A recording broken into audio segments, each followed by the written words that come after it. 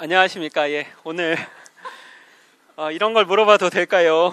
예, 2부 순서입니다. 예, 이제 좀 편안하게 좀 예, 편안하게 2부를 하려고 하는데 예, 주제는 결코 편안하지 않은 주제로 뽑았습니다. 예, 오늘 이렇게 예, 두 명의 예, 참신한 저희가 있습니다. 예, 소개를 좀. 대구교회 박종원입니다. 예, 안녕하세요. 대구교회 서찬양입니다. 예, 이렇게 함께 해주셔서 너무 감사합니다. 또, 오늘 또 주제가 어떻게 또 공교롭게도 예, 중간에 교육 관계에 예, 창세기 2세들과 예, 뭐 그런 창세기 2세는 아니고 꼭 교회에서 오래 예, 한 그런 형제들의 그런 교육 문제. 이건 또 재회 문제이기도 하죠. 앞으로에 있을 수도 있는 자녀들. 예, 문제들이기 때문에 예, 오늘 이렇게 너무 잘 짜여진 것 같아요. 예, 그러면 오늘 들어가는 예, 주제는 첫 번째. 이거는 뭐 간단하게 뭐야 이거 어디 있지? 예. 저는 이거 사회참여 문제 한번 얘기하고 싶어요. 처음에 이제 주제를 잡아봤습니다. 저는 목사님 말씀을 들을 때 이번에도 이제 교단 말씀이 나오셨어요. 교단에서 7년간 굉장히 힘드시게 이제 투쟁을 하셨지만 예, 결국은 안 될 일을 하셨고 이렇게 해가지고 결국은 교단에 쫓겨나서 이렇게 하셨다라고 하시면서 그러니까 목사님을 보게 되면은 좀 또 어떤 의미에서 그런 생각이 들거든요. 교단 입장에서 보면 교단의 전체적인 역사의 흐름으로 본다면 개인은 비록 교단에서 쫓겨났지만 또 교단 나름대로의 어떤 민주적인 발전의 방향을 제시한 게 아닐까. 교단 발전은 있지 않았을까. 나름대로의 목사님의 그 투쟁은 의미가 있지 않았을까. 그렇게 생각이 되거든요. 그래가지고 뭐라 그럴까. 개인적인 어떠한 그러니까 뭐라 그럴까. 우리가 지금 이 세상을 누리고 있고 지금 생활을 하는 것도 사실은 그 수많은 내가 모르는 분들의 투쟁에 의해서 이렇게 만들어진 거 아닙니까? 이렇게 그런 밀고 땡기고 서로 싸우고 막 죽어나가고 하는 그 투쟁에 의해서 여러 가지 지금 형태가 나와 있는데 그러면 그 과정이 개인으로 봤을 때는 뭐라 그럴까 굉장히 해를 당할 수도 있겠죠. 약자의 입장에 쓰면요. 그런데 결국은 그런 것들을 거쳐서 지금의 뭐라 그럴까 사회 발전을 이루었는데 그럼 사회 발전이라는 그런 어떤 사회에 어떤 참여하는 것이 과연 필요가 없는 건가? 그런 생각이 많이 들었어요. 저는 항상 늘 그런 말씀 들을 때마다 혹시 생각이 듭니다. 예, 이거에 대해서 좀 얘기를 누가?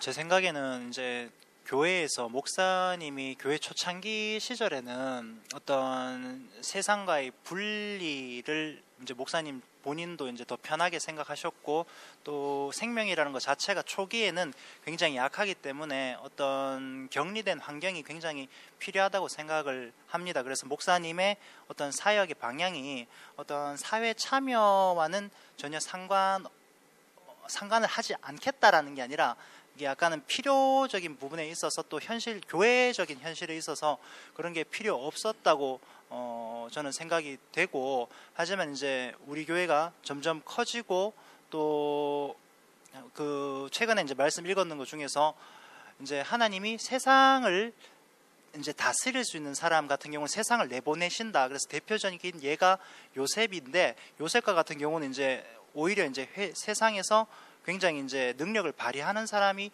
되었고 그런 부분이 이제 또 그 가족들을 이제 먹여 살리는 부분이 되었죠. 그래서 저는 우리 교회가 발전함에 따라서 그런 사회 참여적인 부분이 어느 정도는 당연하고 우리에게 요구되는 부분이 아닌가 그런 생각을 합니다. 하지만 그것이 이제 그것이 우리의 주가 아니라 그것이 우리가 보가 되지만 그런 공통 분모 안에서 어떤 공집합 안에서 우리는 이제 우리의 삶의 색깔을 내는 거고 그러니까 만남의 어떤 장이 되는 거죠. 그런데 우리가 이제 뭐 그 사람들처럼 좌파니 우파니 그렇게 주장할 필요는 없다고 생각합니다. 왜냐하면 우리는 우리의 색깔을 내야 되지 좌파 우파 같이 색깔을 낼 필요까지는 없다고 생각을 합니다. 예. 방금 이제 종원 형제님의 말씀을 듣고 생각이 나는 게 저희 아버지한테 이런 말을 들은 적이 있어요. 목사님과의 일화를 이제 들으면서 목사님이 한창 이제 순회를 다니실 때 서울을 따라가는데 이제 아버지가 돈이 없어서 이 목사님이 너 나랑 같이 가자라고 이렇게 해서 데려가셨대요. 근데 거기 이렇게 거지가 이러고 있더래요. 근데 당연히 그냥 일반 다른 교회 신도였으니까 저희 아버지는 침례 교회를 되게 오래 다니셨거든요. 가족 전체가. 그러니까 그 생각에서는 목사님이 당연히 돈 한 푼 나오겠지. 그 생각을 했는데 보시고는 가시더래요. 그래서 이상하다. 당연히 목사님이면 가난한 사람을 돕고 그렇게 해야 되는데 이 목사님은 왜 이러지? 그러면서 돈 없다고 하면서 자기는 데려간단 말이에요. 그래서 목사님 왜 그때 지나쳤습니까? 라고 하니까 뭐 도울 수 있으면 도우면 좋지. 그렇게 말씀을 하셨대요. 그러니까 아마도 지금 생각에는 분명히 목사님이 뭐 돈이 많고 여력이 있으면 도와줬을 거예요. 그죠? 근데 없으니까 정말 수중에는 이 한 사람 데려갈 돈밖에 없으니까 거기서 이 사람을 놓고 돈을 거지한테 주지는 못하는 거예요. 그것과 똑같은 맥락이라고 저는 생각을 하거든요. 그러니까 그 사회 참여라는 부분이 어차피 우리가 뭐 교회 안에서 다 먹고 사는 게 아니고 어차피 먹는 부분 그리고 사회생활을 다 누군가 하잖아요. 각자가 속한 공동체에서. 그래서 그 사회 참여를 안 할래야 안 할 수가 없어요. 예. 어떤 형태로든 뭐 소극적이든 적극적이든 사회 참여를 다 하고 있거든요. 근데 그 적극적인 의미의 사회 참여를 뭐 예를 들어서 뭐 정당에 가입한다든지 어떤 뭐 시민단체 활동을 한다든지 아니면은 나는 이렇게 생각해 저렇게 생각해 막 그런 언론 활동을 한다든지 그런 굉장히 적극적인 부분을 생각하면 이 뭐랄까 효율성을 생각해 볼 수 있죠. 어차피 우리의 삶은 짧은데 무엇이 우선이 되어야 될 것인가? 그걸 생각한 것 같아요. 목사님의 수중에 정말 그 돈밖에 없는데 내가 이걸로 뭘 선택할 것인가? 내가 이 한 사람의 인생을 살릴 것인가? 그 거지의 식사를 해결해 줄 것인가? 그래서 목사님은 우리 아버지 택하셨다는 거죠. 데리고 이렇게 교회를 모르는 사람을 나를 보여줌으로써 내가 너를 데려간다. 나와 같이 살자. 그렇게 손 내미는 그 효율성. 그것을 이제 생각해 볼 수 있죠. 네. 저는 좀 얘기를 들으면서 이 두 가지 측면이 있는 것 같아요. 사회 참여라는 게 정치적인 어떤 그런 쪽도 있고 좀 이렇게 뭐 아까 이제 서찬영 자매님이 얘기했듯이 그 가난한 사람을 돕는 구제적인 어떤 그런 사회 참여도 있고 그러면은 그 아까 전에 이제 그 사회 참여라는 것은 과연 좀 어떻게 생각이 될 수 있을까요? 근데 이제 저는 사회 참여에 대한 뭐 사회학자는 아니지만 뭐 일반적으로 상식적으로 이렇게 생각한다면 그 사회 참여에 대한 우리가 이제 어떤 개념이 이제 필요할 것 같아요. 그 사회 참여를 그러면 사회 참여에 반대되는 말이 그러면 사회 고립인가? 그건 아니잖아요. 우리가 뭐 고립돼서 사는 사람도 아니고 뭐 가정 생활하고 아파트 생활하고 그다음에 직장 가서 돈 벌고 그러면 사람 만나야 되고 우리는 교사니까 학생 만나야 되고 그다음에 뭐 차 몰아야 되고 뭐 여러 가지 일이 있잖아요, 그죠? 근데 이제 그 사회 참여에 대한 긍정적인 사회 참여에 대한 좋은 것들이 이제 많죠. 그 우리가 이제 뭐 거기 그 우리 교회 그 고등부 형제 자매들 중에서도 보육원이나 이런 데 가서 그 활동을 하는 봉사 활동을 하는 형제 자매들이 있어요. 그런 걸 보면 아주 긍정적이라 생각을 합니다. 그런 걸 굳이 말릴 필요도 없고요. 그리고 이제 우리가 불우이웃 돕기를 할 때 우리 꼭 성금 내거든요. 뭐 나는 그거 안 낸다. 이렇게 뭐 우리 필요가 없잖아요. 불우이웃 돕기 할 때 불우이웃 돕기 성금 내는 것도 사회 참여 아닙니까, 이게? 그리고 이제 애들을 우리가 방과 후에도 뭐 우리 교사 같은 경우에는 방과 후에 애들이 만나서 상담을 한다든지 뭐 하는 것도 그 일종의 사회 참여거든요, 이게. 그러니까 내 생활 범위 내에서 내가 할 수 있는 여러 가지 일이 많거든요. 그런데 이제 사회 참여를 이제 하면 안 된다라는 어떤 이래 흐름이랄까 분위기랄까 이런 것들이 이제 교회 안에 이제 있는데 그 안 된다라고 사회 참여는 안 된다고 하는 것들은 이제 정치적인 이슈 대부분이 그런 정치적인 이슈들을 얘기하는 것이죠. 그래서 이제 뭐 FTA를 뭐 찬성한다 반대한다든지 안 그러면 뭐 한나라당을 한나라당은 뭐 어떤 뭐 보수 뭐 꼴 뭐다 한다든지 안 그러면 뭐 저기 진보 쪽은 뭐 이렇게 하고 한다든지 이제 그런 또는 요즘에 이제 이슈가 되고 있는 게 FTA 말고 또 뭐 4대강이 있었죠. 그죠? 예. 큰 이슈들이 이렇게 있었죠. 그런데 이제 그런 이슈들이 생길 때 그 문제가 되는 게 뭐냐 하면 그 내가 이제 내 개인적으로는 의사 표현을 할 수가 있어요. 뭐 투표로 하면 되죠. 그죠? 그럼 뭐 그런데 이제 문제는 뭐냐 하면 그걸 주장을 하게 되면 그러면 이제 싸우게 된다는 것이죠. 이제 이게 문제라는 것이죠. 근데 정치적인 이슈라든지 이런 것들을 내가 개인적인 의사 표현을 하는 거야 뭐 문제 되겠습니까 그게. 그런데 내가 개인적인 의사를 표현하고 하다 보면 꼭 주장을 하게 되거든요. 그래서 이제 싸우게 되는데 그래서 설사 내가 이겼다 하더라도 또는 내가 졌다 하더라도 그 가장 큰 문제가 되는 게 뭐냐 하면 자기 의가 남게 되거든요. 이게. 그래서 교회 생활을 하는 데 있어서 가장 큰 문제가 그 주장을 하게 되는 것은 이제 자기 의 때문에 그렇거든요. 이게 가장 큰 적이거든요, 이게. 그래서 내 의가 생겼다는 얘기는 그러면 내 의가 생겼다는 얘기는 그 하나님 말씀 다른 것이 들어왔을 때 만약 이거 내 의하고 만약 다르다. 틀린다. 안 그러면 방향이 좀 빗나간다 그러면 그걸 무시할 거 아닙니까, 이게. 그런데 분명히 자기 의하고 하나님의 말씀하고는 완전히 반대거든요, 이게. 그래서 이제 그런 쪽으로 그 사회 참여, 특히 이제 정치적인 이슈라든지 그런 것들에 대해서 주장을 하지 마라. 그리고 이제 교회 내에서도 역시 마찬가지로 뭐 이런 것은 반드시 해야 되지 않느냐. 그거 반드시 해야 되고 안 해야 되는 게 어디 있습니까, 이게. 그런데 그 주장을 하게 되면 자기 의의가 생기게 되니까 그러면 이제 하나님께 드려질 수 없는 자기 자신이 되는 것이죠. 왜냐하면 자기 의가 10% 살아있는데 어떻게 그런 사람이 다른 사람의 양식이 되겠어요. 절대로 그런 사람은 양식이 될 수 없거든요. 예, 그래서 아마 문제라고 생각하는 것 같아요. 예.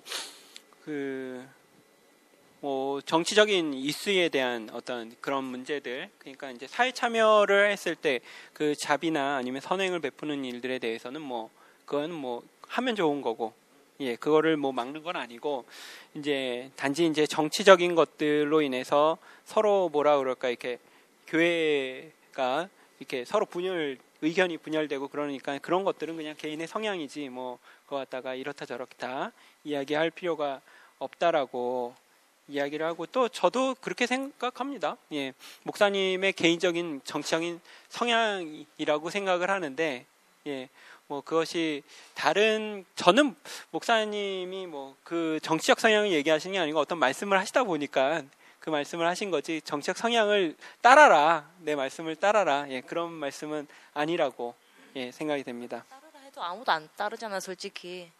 그죠? 다 각자 의의가 있잖아, 또. 예, 자기 쪼대로 하죠. 예, 그렇죠. 간혹 가다가 또 안 그러신 분들이 있어가지고, 저희 장모님. 목사님이 현대 누구를 뽑으셨다고 그러더라고요, 정주영을. 근데 자기는 그래서 똑같이 뽑았대요. 그런 분도 계십니다. 그것도 또한 자기의 정치적인, 예, 다양성이죠. 예.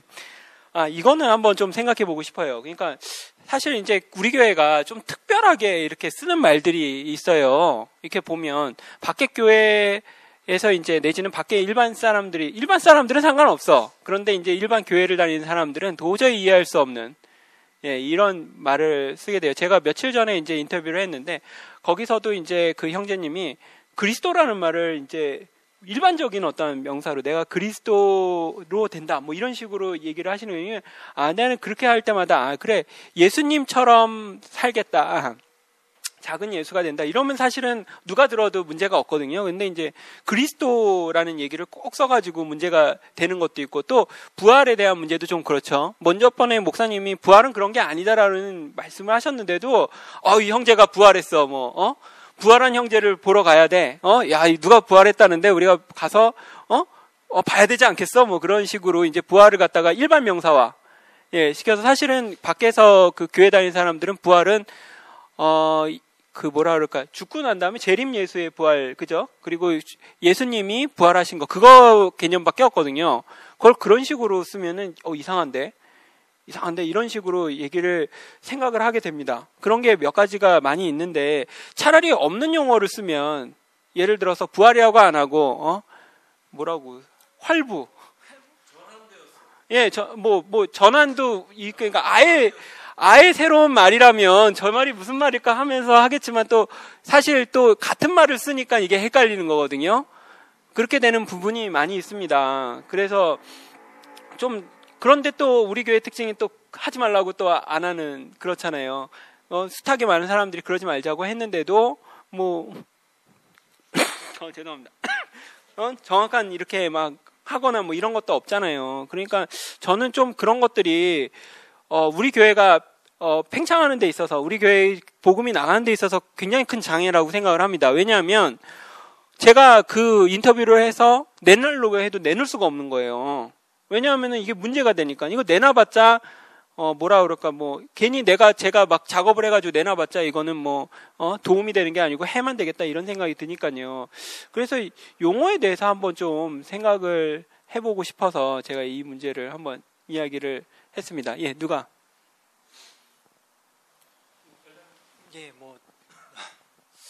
용어에 대한 문제가 굉장히 심각하다는 거는 저도 이렇게 공감을 충분히 하는 부분인데 이제 그 문제에 앞서서 이제 우리 교회에 그러면 그런 문제점이 있다고 해서 규제할 수 있는 어떤 제도나 뭐 이런 방편이 있는가 하면 또 그게 또 없단 말이죠. 또 그렇기 때문에 이제 근본적으로 그것을 이제 확 바꾸기는 어렵지 않나 그런 생각이 들고 이제 좌진이 형처럼 이제 그런 문제점을 인식하고 있는 사람들이 보다 많은 발언을 통해서 어떤 그런 교회 안에도 이제 여론이 있다고 생각을 하고요. 그런 여론을 좀 형성해 나가면 이제 목사님이 어떻게 하라 하지 말라고 하실 수 있는 입장도 아니고 그러실 분도 아니지 않습니까, 그죠? 그렇게 이제 조금씩 바뀌어 나가는 방법밖에는 없지 않겠나 그런 생각을 합니다. 저는 또 그런 것도 있어요. 그러니까 중간에 얘기하다가 제발 이단이란 말 좀 안 했으면 좋겠어요, 그냥. 그러니까 왜냐하면은 그러니까 뭐라 그럴까 맨날 왜 우리는 이단이 아니다 그러면은 딴 사람들 볼 때는 저게 이단이구나 이단이란 소리를 듣는구나 이렇게 생각을 하거든요. 왜 그걸 자꾸 꺼내가지고 그렇게 막 하는지 절대 저는 이해가 안 돼요. 그거 나오면 또 저는 편집해야 되거든요. 그 이단 얘기 나오면은 제가 그러면서 이단 얘기를 하고 있는데. 매번 하여간 그런 얘기 나올 때마다 저거 또 편집해야 되네. 그런 생각이 듭니다. 그러니까 이게 우리 복음이 우리에게만 국한된 게 아니고 이게 나가야 되는데 내가 도움은 줄지 못할 망정 그냥 그렇지 않겠습니까? 도움을 주지 못할 망정 도움은 줘야 되겠습니까? 가만히는 있어야 돼. 피해는 주지 말아야 되지 않겠습니까? 그러니까 그런 좀 많이 생각이 들어요. 그래서 오늘 이 문제를 얘기한 거는 좀 그런 걸 좀 우리가 생각하고 얘기를 하자. 그런 생각이 듭니다. 그래서 그 특별한 은사가 계신 분이 있어요. 그 장근영 목사님이라고 우리 교회에 그 목사님이 용어 정리를 그렇게 잘 하세요. 그래서 예수님이 말하는 인격, 새로운 개념이죠. 인격은 기독교에서 안 쓰는 말입니다. 그렇기 때문에 이 인격은 과연 무엇이냐?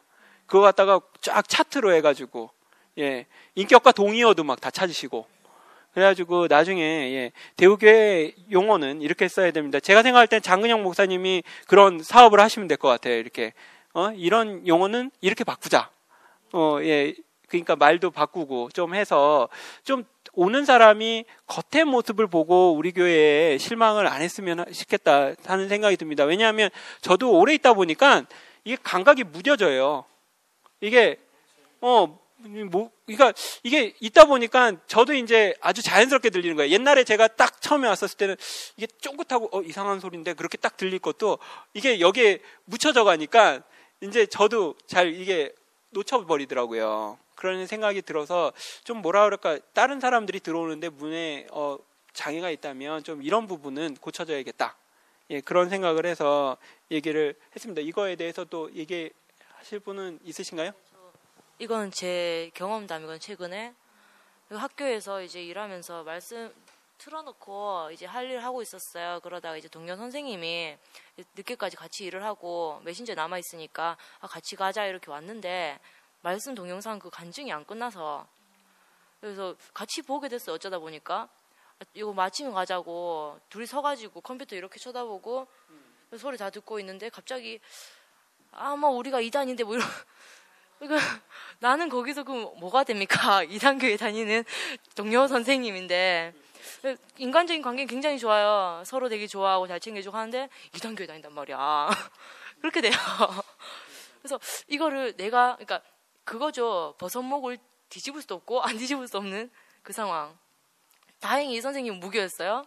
그러니까 별 생각이 없어요. 그냥 뭐 사람만 좋으면 되지라고 생각하는 겠죠. 하지만 제가 그 문제에 있어서 물어보지 않았으니까 모르는 거지만 만약에 정말 그 사람이 일반 교회를 다니는 사람인데 이단 여쩌고 이런 말 들으면은 그만 인간관계 잘리는 거죠. 그냥 예, 아무리 좋았어도 경계심을 일단 갖게 되고 심하게는 인간관계 이렇게 그냥 잘리게 되는 거예요. 그래서 그걸 딱 겪고 나니까 뭐 저도 별 생각 없이 뭐 그냥 얘기를 했었는데 진짜 내가 말한 걸 누가 어디서 볼지 모르는데 그럼 안 되겠다라는 생각을 했어요. 예. 예, 맞습니다. 예, 심각합니다. 이 문제는 정말 우리 교회가 확장하는 데 있어서의 굉장히 큰 문제라고 생각을 합니다. 예. 요번에 이제 자녀교육 문제를 들어갈까 합니다. 그러니까 이제 자녀교육을 보면은 초창기 이제 뭐라 그럴까, 그냥 생명은 잘한다.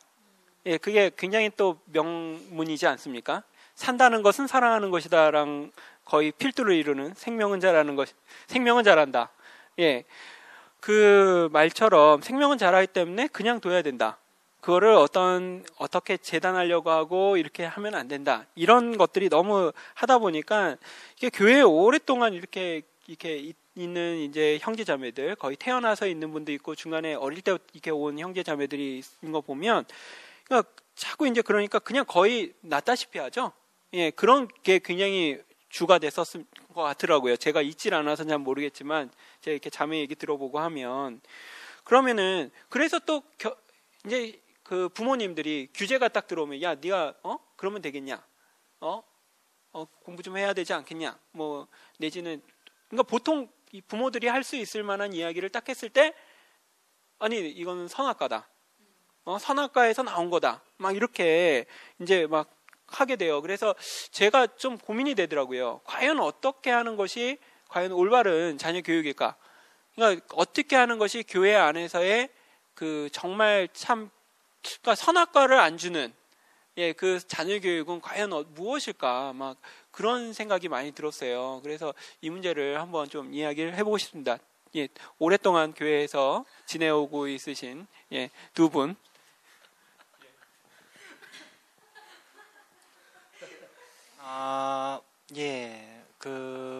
뭐 이렇게 해묵은 문제이지만 앞으로도 이제 계속 있을 자녀 교육의 문제, 이 부분은 참 어려운 문제인 것 같습니다. 왜냐하면 부모로서는 당연히 이제 바람직한 것을 요구하고, 하지만 이제 본인이 그 바람직한 상태인가? 그러니까 이제 뭐 한마디로 얘기하면 성육신이 되고 나서, 그러니까 인격이 자기가 다 처리가 되고 나서 그것을 요구하는가 하는 말인가, 아니면 자기가 덜 되고 자녀한테는 그걸 원하는가, 그 부분이 이제 굉장히 문제가 있는 것 같습니다. 경선이 이모가 이제 그 항상 영은이 누나하고 그 과정을 거치면서 자기는 안 됐으면서 자식한테 요구하는 게 그게 부모 마음인데, 근데 이제 자식은 그게 소화가 안 되는 거죠. 이제 선악과가 되는 겁니다. 아무리 말씀이라고 해도 말씀을 들어라 라고 하는 말은 어떤 도덕적인 말은 될 수 있어도 자녀한테 생명이 되지는 않는단 말이죠. 왜냐하면 그 말하는 본인 자신이 글쎄요 어떤 상태여야 될까요? 하여튼 간에 자녀 교육은 부모의 문제가 확실히 맞는 것 같은데요. 제가 지금 정리가 좀 안 됩니다. 마이크 넘기겠습니다. 예, 정리가 안 돼서 우리 두 번째 오랫동안 교회에서 생활하고 계신 서찬양 자매님의 예, 그러니까 뭐랄까 부모도 그 선악과가 제거되고 있는 과정을 거치고 있다라는 걸 애들이 모르고 부모가 요구하는 상황을 듣게 되면 그거는 완전 선악과죠. 그러니까 하나님의 말씀을 빌어서 내게 내려오는 것은 세상에 온갖 좋은 것들을 해내라. 시험 성적 잘 맞고 좋은 직업 가지고 뭐 말 잘 듣고 그것이 모두 다 교회 말씀 잘 듣는 것으로부터 나온다. 그러니까 교회 말씀을 잘 듣는 사람은 이렇게 해야 된다. 너는 이렇게 하고 있지 않지. 뭐 이렇게 판단이 되는 거죠. 부모가 자꾸 자식을 판단하는 게 돼버려요. 그래서 그럴 것 같으면 말씀 들을 필요 없다고 생각해요. 저는 부모가 자식을 말씀 가지고 판단할 것 같으면 말씀을 들을 필요 없는 사람이거든. 근데 그것이 아니라 그럼에도 불구하고 부모들은 기를 쓰고 가서 말씀을 듣는단 말이죠. 왜냐하면 그게 좋은 거를 막 물어다 주고 싶은 어떤 마음인데 자식이 받아들일 준비가 안 돼 있는 거니까. 근데 저 같은 경우는 그랬어요. 뭔가 부모님이 자꾸 욕을 해요.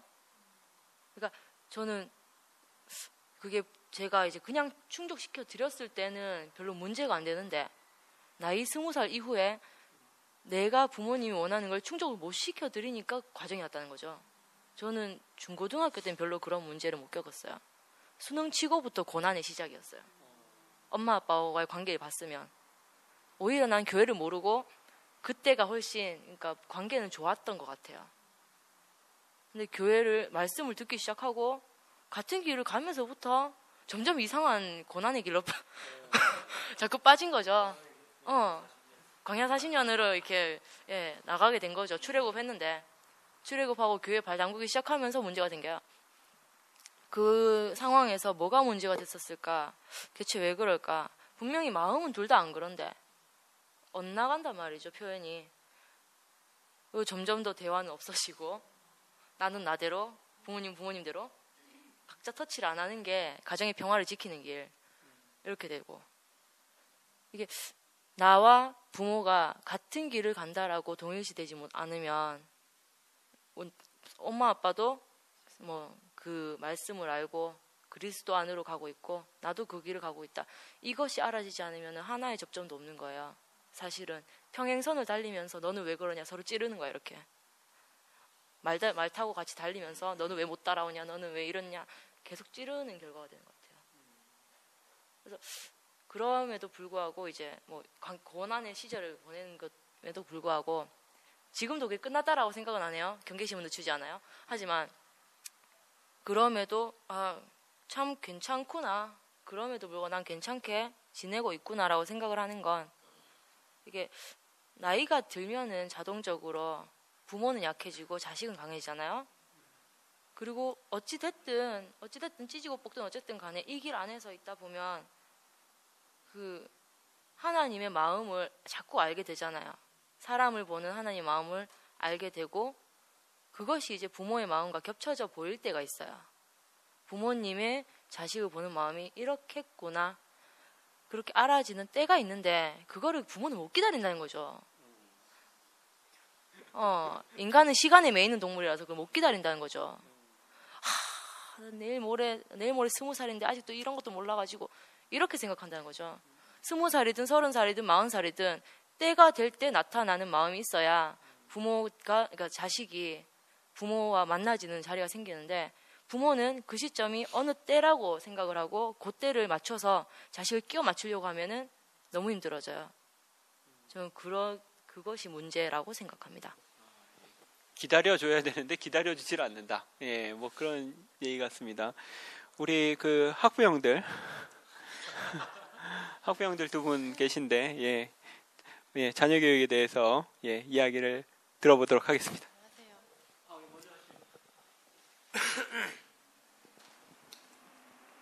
참, 자녀 교육에 대해서는 정말 참 할 말이 없습니다, 저도. 한편으로 생각하면 정말 미안하다는 생각밖에 안 들고. 그냥 아들이 있잖아, 아들. 아들한테는 정말 미안하다는 생각이 들어요. 그 부모 입장이 그런 것 같아요, 이게. 아들을 바라볼 때, 항상 이제, 뭐가 있냐면 어떤 가능성이 있어 보여요. 예.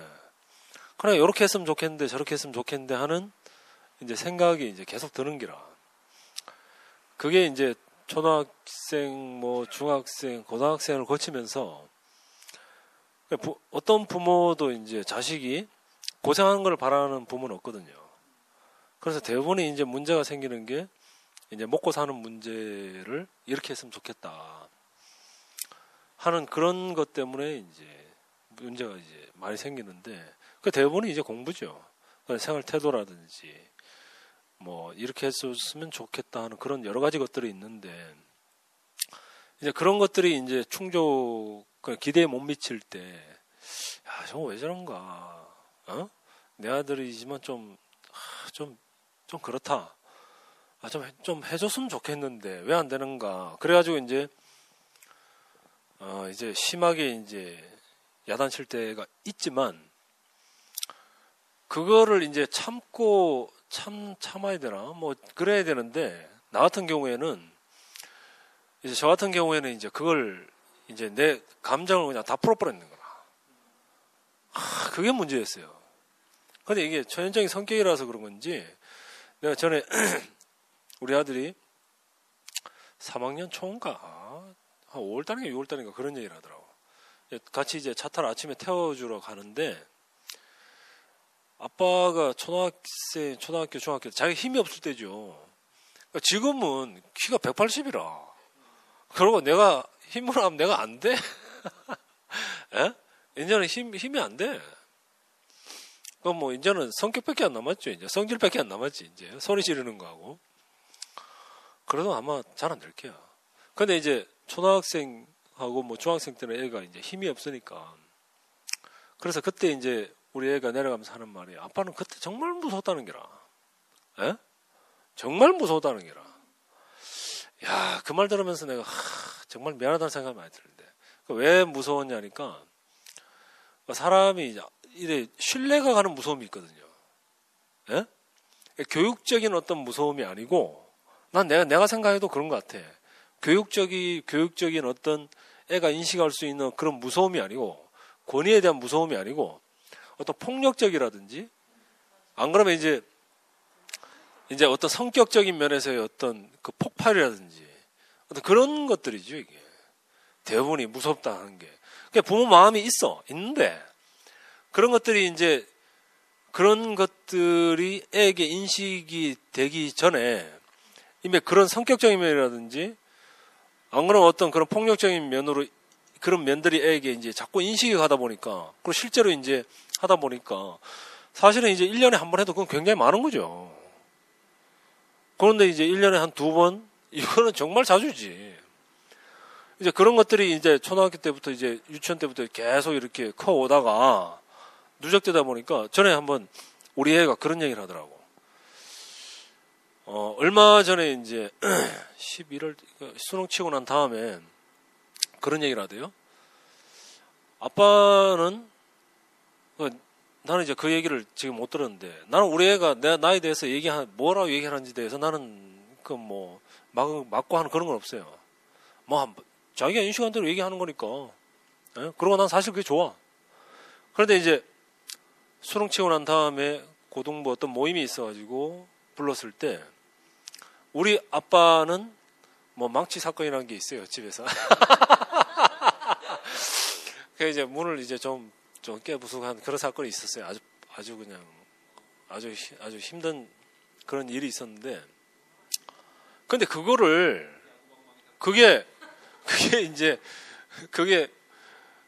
문을 안에서 잠궈가지고 막 굉장히 화가 났을 때라. 이성을 뭐 이를 비슷하게 이제 잘 그렇게 잘 오니까 그래서 이제 문을 안 연다고 이제 망치로 이제 문을 때려 부쉈는데 문이 안 부서지고 구멍이 나대. 예. 그런데 그거를 우리 아들이 얘기할 때 수능치기 얼마 전이었다고 얘기하더라고. 수능치기 얼마 전이었다고. 근데 사실은 여름 집회 전이었거든. 그러니까 걔는 이제 인식을 할 때 근데 자기도 모르더라고 그걸. 그때 분명히 그때 이제 여름 집회 전이었는데 그거를 이제 자기는 수능치기 얼마 전 이렇게만 인식을 하고 있더라고. 야, 그러니까 무슨 얘기하다 지금 여기까지 왔는지 내가 잘 모르겠는데, 에? 그러니까 부모하고 자식과의 관계죠 이게. 이런 문제가 생기는 게 이제 애한테 이제 아주 굉장히 이제 충격적인 어떤 그런 사건이 되는 거죠. 근데 이런 식으로 해가지고 애한테 말씀을 같이 보자. 이게 되겠어요 이게? 안 되지. 그게 참 문제인 게라. 그래서 나는 내가 생각할 때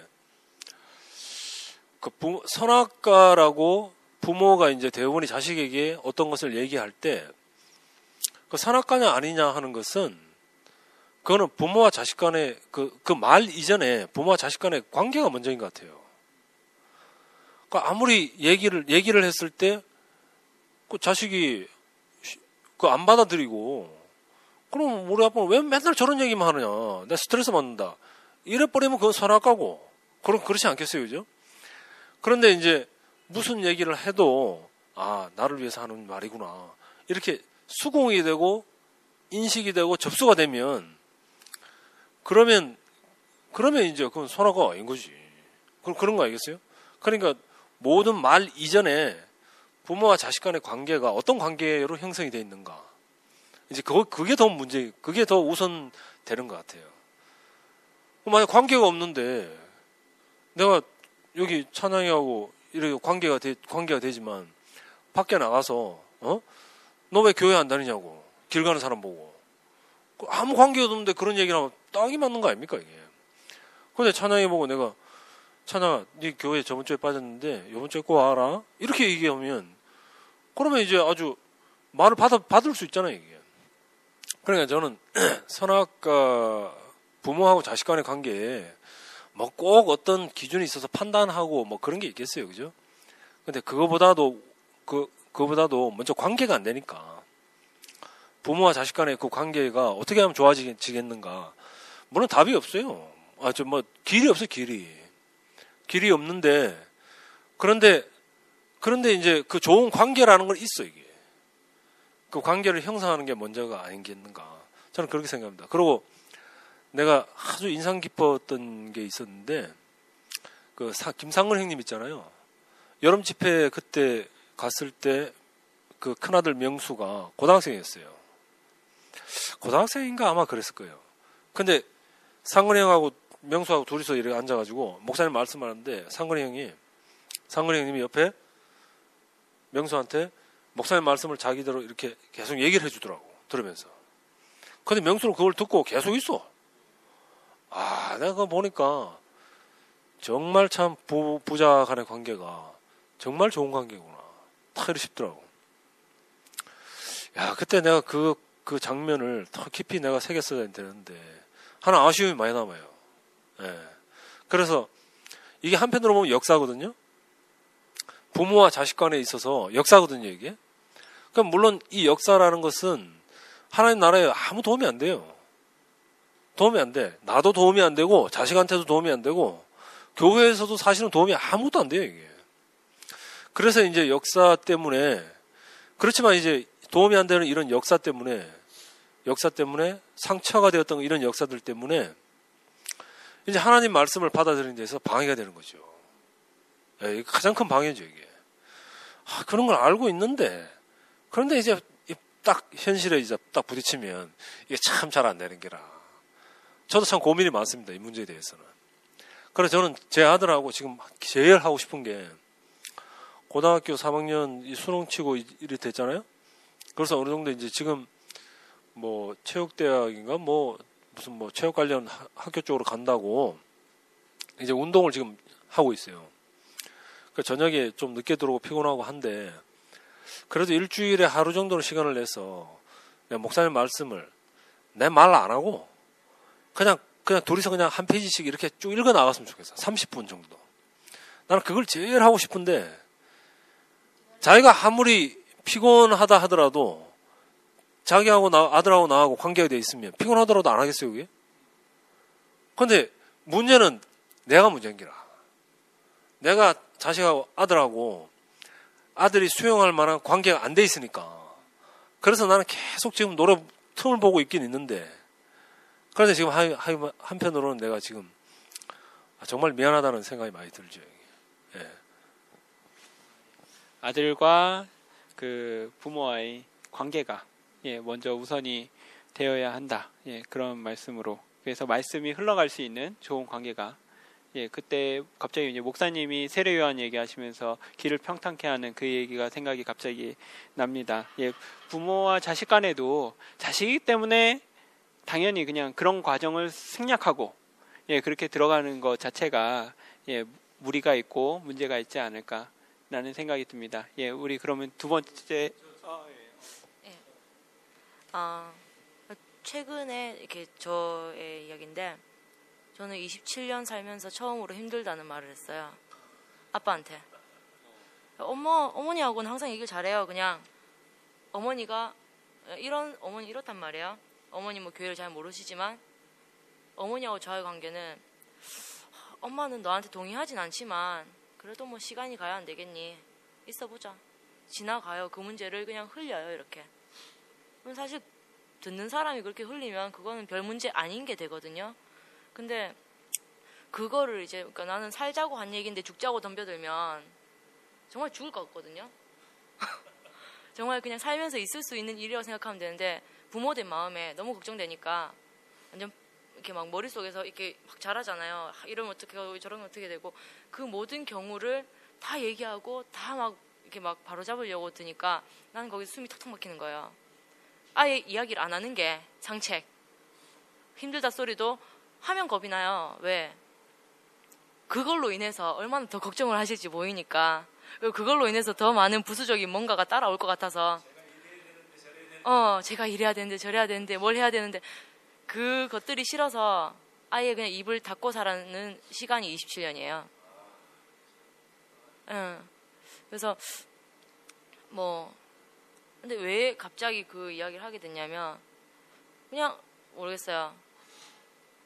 나는 이제 그러니까 아까 말했던 것처럼 그 과거의 내 기억에 있어서는 절대로 일어날 수 없는 일이거든요. 이런 말 당연히 하면 안 되지. 힘들다는 말 해서 뭐해. 했다가 어차피 본전은 못 찾을 건데 죽수 어차피 본전은 못 찾는데. 근데 그렇게 하면 그러니까 그렇게 하기 때문에 그냥 거기 사로잡혀 있다는 생각도 한편으로 들었어요.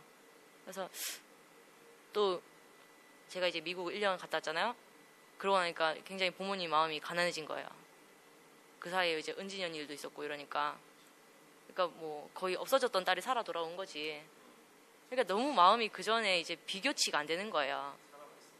그러니까 이때까지는 25년간 매일매일 그냥 그렇게 사는 딸이었잖아요. 근데 어느 순간 사라졌어요. 우리 아빠 입장에서 진짜 사라진 거예요. 마지막까지 의견 조율이 안 돼서 저는 그냥 떠났거든요. 근데 이제 사라지는데 1년 만에 돌아왔단 말이에요. 그러니까는 그냥 있기만 해도 좋은 딸이 됐어요. 그래서 예전에는 이제 일주일에 한 번씩 이렇게 부모님 교회 오시기 때문에 오시는데 집에 예전에는 청소가 안 돼 있으면 굉장히 성질 내셨어요. 청소도 안 하고 돼지우리 같이 산다고. 그러니까 일주일에 한 번 얼굴 보면서 나는 마음이 안 편한 거예요. 그럼 나는 그 부모님이 마음 편함을 위해서 고생해야 되는 사람이 되는 거예요. 수고로움을 해야 되는 거지. 그러니까 그 관계가 안 편한 거잖아. 근데 이제는 퍼질러 자든 뭘 해도 피곤하니? 힘들지? 그러고 그냥 말아요. 그러니까 점점 더 조금씩 편해지는 거예요, 마음이. 예전 같지 않을 수도 있겠다. 사실 그 신락 같은 한 가닥을 잡고 나는 힘들다는 말을 한마디 했어요. 그러고 나니까는 뭐 또 이게 아버지 입장에서 어떤 말을 해주시는데 예전처럼 이렇게 막 선악가로 들리진 않아요. 교회에서 이제 나보다 먼저 사는 사람으로, 그러니까 부모의 입장을 떠나서 먼저 인생을 사는 사람으로 너랑 같은 길을 가고 있다. 그 노선에서 얘기를 해준다는 느낌을 받았거든요. 그리고 뭐 어떻게 생각하면 그렇잖아요. 부모가 자식한테 이렇게 폭력을 쓰는 거나 저는 굉장히 반대거든요. 뭐 제가 자식 안 낳아봤으니까 넌 자식이 없어서 그래요 라고 얘기할 수는 있지만 제가 이게 근데 이렇게 생각하면은 쉬울 것 같아요. 세상에서 뭐 사람들이 전도하려고 열심히 노력하잖아요. 막 정말 생판 모르는 사람 전도하려고 열심히 노력하잖아요. 그럼 그 사람이 온갖 비율을 다 맞춰줘야 돼요. 그러다가도 한번 그러니까 데려온 사람, 그 사람을 데려온 사람이 뭔가 이상하다고 생각이 들면 이 사람은 금방 떠나가요. 근데 자식들은 떠날 수가 없잖아. 부모가 아무리 이상하고 아무리 사이코 같아도 떠날 수가 없는 입장인데 어떨 때는 자식된 입장에서 그거를 악용한다는 생각이 들 때도 있어요. 내가 이렇게 약자기 때문에 나한테 이렇게도 말하고 저렇게도 말하고 세상 사람 같으면 아무한테도 그렇게 말 안 할 건데 자식이라서 그렇게 말하는데 부모기 때문에 괜찮다. 이렇게 합리를 시키는 경우가 있다는 거죠. 세상 사람처럼만 존중받아도 좋겠다. 뭐 이런 생각 들 때도 있어요, 가끔씩은. 그러니까 그런 게 자식의 마음이라고 생각을 해요, 저는. 예. 갑자기 이제 얘기를 들으면서 제 얘기가 갑자기 존재로 봐주는 게 중요하다 이런 얘기를 들으면서 제가 그런 생각이 들어요. 그러니까 저는 이제 아버지랑 관계는 좀 굉장히 안 좋은데 엄마랑의 관계가 좀 많이 좋은 편입니다. 그러니까 그래가지고 제가 처음에 교회 왔었을 때 엄마 얘기밖에 안 해가지고 아버지가 없는지 알았다고 주변에. 예, 그래서 저희 장모님이 그 얘기 하시더라고요. 예, 근데 이제 왜냐하면 아버지랑 관계가 좀 안 됐어요. 그냥 아버지랑은 굉장히 좀 사이가 안 좋았는데 그에 비해서 이제 어머니가 어떠셨냐면은 좀 뭐라 그럴까 이렇게 이렇게 해라 저렇게 해라 하시는 성격이 아니세요 원래 자체가. 그러니까 항상 늘 두시고, 그러니까 늘 저한테 네가 하는 일에 힘이 되어주고 싶다. 엄마가 다 힘 닿는 데까지 너를 내가 도와주겠다. 이렇게 얘기를 하시는 거예요. 그게 뭐 공부를 해야 된다, 뭐 다른 걸 해야 된다. 이걸 엄마의 꿈이 아니고 네가 하고 싶은 일에 엄마가 힘이 되어주고 싶다. 이런 식의 얘기를 저한테 이제 늘 메시지를 주셨거든요. 그러니까 저는 늘 그랬어요. 그러니까 어디에 엄마가 안 보고 부모님이 안 봐도 그냥 항상 늘 저는 그 기대가 있다는 늘 그 마음의 그런 것들 때문에 제가 엇나가지 않는 데에 있어서의 가장 큰 어떤 저희가 되지 않았을까. 그리고 엄마가 특별히 뭐 이렇게 해라 저렇게 해라 이런 게 많이 없고 이렇게 하니까 제 나름대로는 그게 내 나름대로는 어떤 프라이드가 된 것 같아요. 예, 떳떳함이 된 것 같아요. 그래서 제가 제 인생을 지금 살아가는 데 있어서도 가장 근본적인 어떤 그 힘이 되고, 그러니까 가장 베이스가 되는 어떤 그런 생각이 듭니다. 그래가지고 갑자기 이제 존재로 봐주는 그런 얘기를 하는데 갑자기 그 생각이 났습니다. 예. 하실 차례였어요. 저는 글쎄 뭐 여러분들이 상황을 다 아니까 저는 이제 제가 저희 아이들한테 그 기본적으로 부모님이 해줄 수 있는 환경조차도 해줄 수 없는 사람으로 왔으니까 저는 이제 아이들한테 나랑 함께 살아준 것만 해도 너무 고맙고 감사하다는 마음으로 항상 살아요. 그렇다고 해서 내가 아이들한테 잔소리를 안 하냐?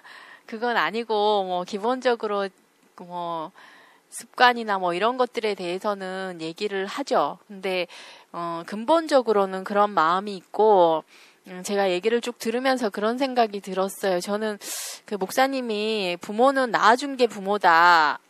그 이상은 이제 해주면 감사한 거고 안 해줘도 부모는 부모다. 이 말씀을 하실 때 그게 목사님이 우리 부모들한테 어떤 기본적으로 이제 키우면서 해야 되는 일들을 하지 말라는 얘기가 아니었고 그 자녀들 입장에서 만약에 그 마음으로 서 있다면 훨씬 행복하지 않을까라는 생각이 들어요. 그러니까 안 해줘도 부모고 해주면 감사하고 자식 입장에서 그렇게 되면 더 이렇게 행복하지 않을까, 어떤 행복 지수가 좀 높아지지 않을까라는 생각이 들고, 사실은 저희 아이들도 이제 커가는 입장에서 보면 내가 원하는 영역 안으로 점점 들어오지 않고 다 자기들의 생각과 계획을 가지고 살아가기 때문에 어렸을 때는 뭐 우리가 이렇게 요구하고 저렇게 요구하는 게 많지만 이제 크니까 요구할 수 없는 것 같아요. 그리고 저는 이렇게 보니까 그런 생각이 드는데, 그 자녀들은 이제 부모를 볼 때 모든 걸 다 알 거라고 생각하잖아요. 근데 사실은 잘 모르고, 저도 이제 우리 아이들을 2명을 키워보니까 2명이 너무 다른데 어느 날 다른 게 이제 인식이 오기 시작했어요. 그 전에 다르다는 인식이 오기 전에는 그냥 똑같이 키우게 되는 거예요. 똑같이 내가 아는 방식으로 키우게 됐는데 자라면서 보니까 둘이 너무 다른 거예요. 이를테면 한 녀석은 시험에 대한 불안감이 전혀 없어요. 근데 한 녀석은 시험에 대한 불안감이 엄청나요. 근데 얘네들을 똑같이 시험 공부하기 전에 공부해라 하면 안 되는 거예요. 시험 불안이 높은 애는 공부하라고 하면 안 되고 맛있는 거 해주고 그냥 마음을 편하게 해주면 오히려 성적이 더 잘 나오고, 밑에 불안감 있는 녀석은 한 번씩 던져줘야 되는 거예요. 내일 시험인데 이렇게. 그러니까 이거를 아는데 시간이 많이 걸리고 부모도 다 알고 키우는 게 아니고 같이 자라는 것 같아요. 근데 우리 집에는 이제 좀 평안이 다른 집보다 좀 나은 이유가, 우리 아이들이 그런 얘기 하거든요. 엄마를 보면은 철 드는 게 어느 순간 되면 나 철 드는 줄 알았더니 엄마를 보니까 평생 철 드는 것 같다는 얘기를 해요. 그러니까 같이 뭔가 이렇게 부족한 것이 느껴지는데 그게 같이 가는 거겠죠. 이를테면 좀 전에도 우리 이삭이가 이제 열쇠를 비상키를 뒀는데 비상키를 안 해놓고 지금 문을 잠그고 밖에서 덜덜덜 떨고 있다고 전화가 왔는데 순간 저도 화나거든요. 나도 지금 열쇠가 없거든요. 근데 제가 화를 냈거든요. 추운데. 근데 바로 저도 문자 다시 넣어서 추운데 엄마 화내서 미안하다고 형아 올 때까지만 친구 집 가서 기다려라. 이렇게 실수하잖아요. 근데 바로 고칠 수 있게 되는 것도 저는 옛날 저 같으면 안 되거든요. 근데 이게 이제 아까 이게 핑계일 수도 있지만 말씀을 들으면서 내 자신이 뭔가 이 부분에 대해서도 어느 정도 변화가 되는 것 같아요. 이게 결정적인 변화는 아니지만, 그래서 교회 안에서 같이 자란다 생각하면 참 쉬운 것 같아요. 부모가 뭘 다 해줘야 된다 생각하면 부모도 어렵고, 또 자식도 부모가 다 해줘야 된다 생각하면 기대치가 있기 때문에 실망하게 되고 좌절하게 되고 이렇거든요. 근데 부모도 잘해요. 자식도 잘하지만 저는 초등학교 저희가 우리 아들 1학년 보낼 때 생각이 너무 생생하거든요. 내가 운동화를 처음 빨면서 드디어 나도 학부모가 되는구나. 그때 내가 학부모로서 모든 것을 다 알았냐? 하나도 몰랐거든요. 근데 지금 이제 애가 자라면서 같이 자라는 거예요. 그러니까 그런 마음으로 자식도 부모를 기다려주고 부모도 자식을 기다려주고 이게 필요하지 않을까라는 생각이 들어요. 예, 부모도 잘한다. 예. 그러니까 이렇게 그 베스트셀러가 된 김난도 교수의 아프니까 청춘이다라는 책에 보면은 그 말이 있어요. 오늘 하루는 누구에게나 오늘 하루가 가장 힘들고 가장 고된 날이다. 왜? 아무도 살아본 적이 없는 날이니까. 그거는 나이도 상관없고 성별도 상관없고. 그래서 저는 그 말 굉장히 와닿아서 저희 반 애들한테 해줬거든요. 그래서 너희가 살고 있는 오늘이 뭐 딴 사람들은 초등학교 12살이 뭘 알아. 너네 뭐 공부만 하고 해주는 밥 먹고 뭐 잠만 자면 되는데 엄마가 빨래 다 해주고 뭘 다 살아라고 하지만 너희와 내가 산 하루는 똑같다. 나도 이 하루를 살아보지 못했고 너희도 이 하루를 살아보지 못해서 마주치는 매 순간순간이 고난의 연속이다. 어떻게 해야 될지 모르고 가끔 실수도 한다. 그 얘기를 해주니까 굉장히 애들이, 그러니까 우리 선생님이 그거를 알고 자기들을 봐준다는 것만으로 굉장히 안심을 하는 거예요. 왜냐하면은 부모들은 자기들이 다 살아왔는데 애들 보면 답답하잖아요. 왜 그래? 왜 그렇게 행동해? 왜 저렇게 살아? 왜 공부는 안 해? 이렇게 되는데 같이 하루를 산다를 생각을 하면은, 그래서 너네도 어렵겠구나. 그 마음을 공감해 줄 수 있으면 아마 자식하고 어떤 커넥션이, 래포 형성이 더 잘 될 것 같아요. 예, 오늘 자녀 교육에 대해서 이런저런 이야기를 많이 했는데 심도 있는 이야기를 했습니다. 정말 교육은 굉장히 중요한 일인 것 같아요. 우리의 믿음이 그러니까 이게 자녀들에게 잘 전달이 돼야 되잖아요, 그죠?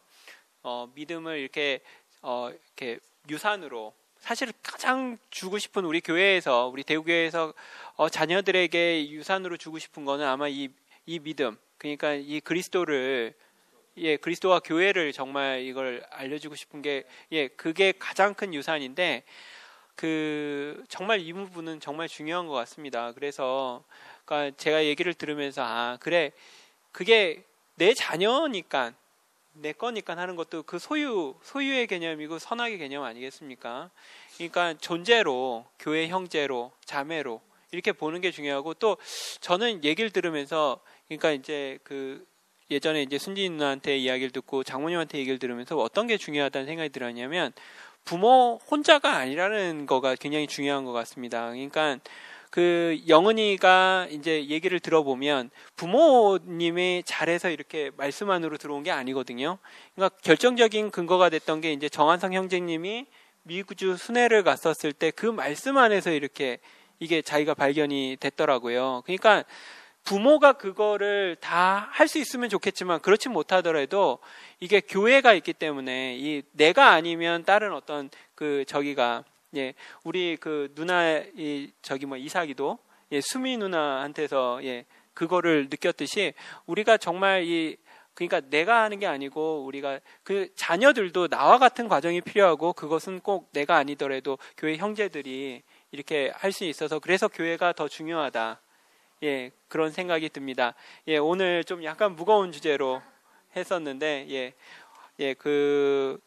자녀 교육과 또 여러 가지 이야기를 했습니다. 다음 시간에는 더 좋은 내용으로 찾아뵙도록 하겠습니다. 잠깐. 저 생각을 해보니 너무 저희 아버지께 또 마음에 심려를 끼쳐드린 것 같아서 갑자기 영상 편지. 그냥 이제 과거는 뭐 있었던 일 없었다 한다고 해서 없어지는 거 아니고 사실 받은 거 다 있습니다. 그렇지만 우리가 살아야 할 날은 오늘이고 오늘 하루를 내가 감사로 살면 난 감사한 사람이 되는 거고 과거에 아무리 더럽게 살았어도 그렇게 되는 거니까 그냥 이 세계에서 아버지가 뭐 이렇게 해줬고 저렇게 해줬고 뭐 물리적으로 해준 거 그런 게 남은 건 별로 없어요. 저한테 그러니까 뭐 현실적으로 직업은 남았지만 마음으로 남는 건 그닥 없습니다. 죄송합니다.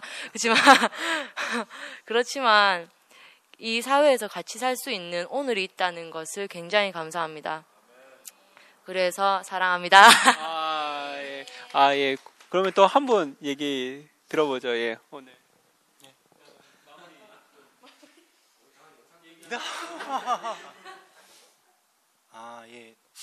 이렇게 뭐 오늘 자녀 교육에 대해서 많이 말씀하셨는데 오늘 상문이 형님하고 순진이 누님이라고 해야 되나? 어쨌든 존재로서 보는 그것이 진짜 자녀 교육의 핵심인 것 같고 그 다음에 이제 좌진이 형이 얘기했던 것처럼 그 존재적인 신뢰가 바탕이 되었을 때 교회가 비로소 이제 자녀한테 힘을 쓸 수 있는 것 같다는 생각이 듭니다. 저는 제 인생에서 이제 아버지에 대한 신뢰가 있었고 아버지처럼 살고 싶다는 그런 마음이 들었기 때문에 저희 부모님은 교회에 가라고 한마디도 한 적이 없습니다. 한마디도 한 적 없고 중고등부 나가라고 한 번도 한 적이 없지만 저는 교회의 혜택을 가장 많이 누리는 학생으로 그렇게 잘 살 수 있었던 것 같습니다. 장시간 같이 함께 해주셔서 감사하고 다음 시간에 그러면은 더 참신한 우리 목사님 글을 보고 찾아뵙도록 하겠습니다. 지금까지 시청해 주셔서 감사합니다.